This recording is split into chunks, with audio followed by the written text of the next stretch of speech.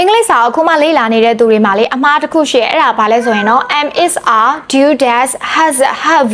ဒါတွေကိုလေသူတို့က subject နဲ့တွဲပြီးတော့သုံးတဲ့အခါမျိုးမှာဆိုရင်ဘယ်လိုသုံးရမလဲသူတို့နည်းနည်းလေးတွေးဝေကြတယ်ပေါ့နော်အမှားလုံးမိလေးရှိကြတယ်အဲ့ဒီအမှားလေးကိုဒီချက်ကမဖြစ်စေချင်တဲ့အတွက်ကြောင့်မလို့ဒီနေ့သင်ခန်းစာလေးထဲမှာသူတို့ရဲ့အသုံးပြုပုံလေးတွေကိုအဓိပ္ပာယ်လေးတွေနဲ့ရောပြီးသွားလို့ရှိရင်သုံးတဲ့ပုံစံလေးတွေနဲ့ရောနမူနာစာကြောင်းလေးပြောပြီးဒီချက်ကပြပြပေးသွားမှာဖြစ်ပါတယ်အတူတူလေ့လာကြည့်ကြမယ်ပထမဆုံးတစ်ခုဖြစ်တဲ့ am is are သူတို့တွေကိုဒီချက်တို့က subject နဲ့တွဲပြီးတော့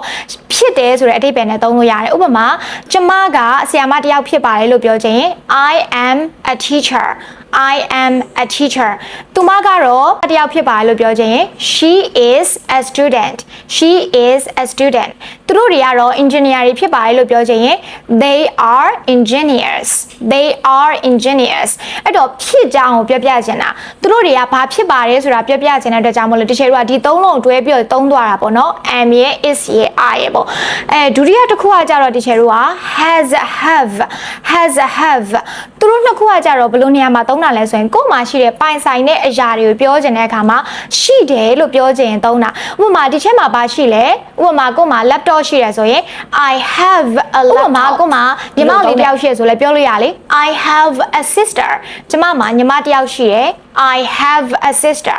ဥပမာသူမမှာအလုပ်ရှိရလို့ပြောချင်လဲသုံးလို့ရသေးတာပဲ she has a job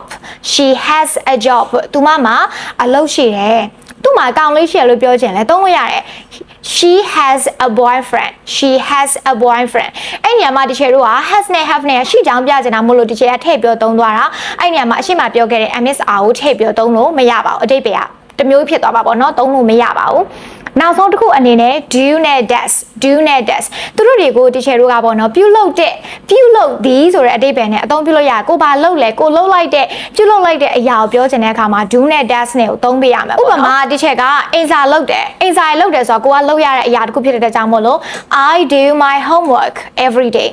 I do my homework every day ကျမနေ့တိုင်းအိမ်စာလုပ်ပါတယ်လို့ပြောတာ I do my homework ဘာလုပ်တယ်ပေါ့ဒါဆိုလို့ရှိရင် I do business ဒီလိုသုံးလို့ရတယ်ဒါမှမဟုတ်ပဲね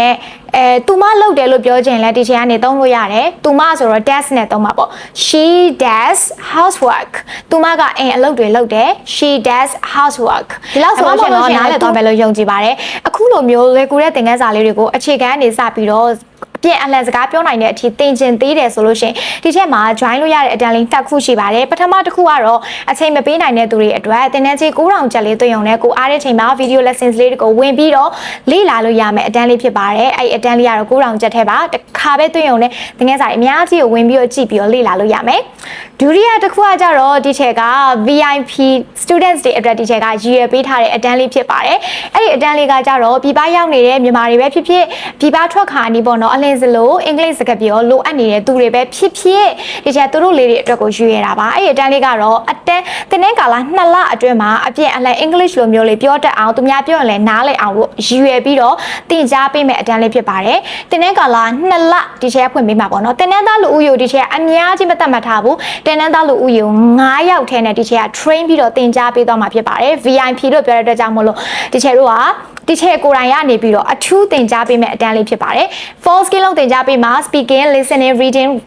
ဒီချက်တို့ grammar vocabulary ဒါတွေပါမယ်ပေါ့နော်ငယ်တော့လိုမျိုးတော့ grammar တွေ patterns တွေနဲ့သင်ရတာမျိုးတို့စာတွေအော်ချက်နေရမယ်ဒါမျိုးတော့မရှိပါဘူးเนาะစကားပြောလေ့ကျင့်ရမယ် listening practice တွေအများကြီးလုပ်ပြီးတော့တကယ်လက်တွေ့မှာ English လို့ပြောတတ်အောင်လို့အထူးသင်ကြားပေးမယ့်အတန်းလေးဖြစ်ပါတယ်အဲ့တော့ဘယ်အတန်းလေးနဲ့ပတ်သက်ပြီးတော့သိချင်လို့ပါဖြစ်ဖြစ်ဒီချက်ရဲ့အခုပေးထားတဲ့ Viber နံပါတ်ကနေပြီးတော့သင်တန်းလေးတွေအကြောင်းကိုလာပြီးတော့စုံစမ်းလို့ရပါတယ်ရှင်ဒီချက်အသေးစိတ်ပြန်ပြောပြပေးပါမယ်ဒီနေ့ကတော့ဒီလောက်ပါပဲ bye bye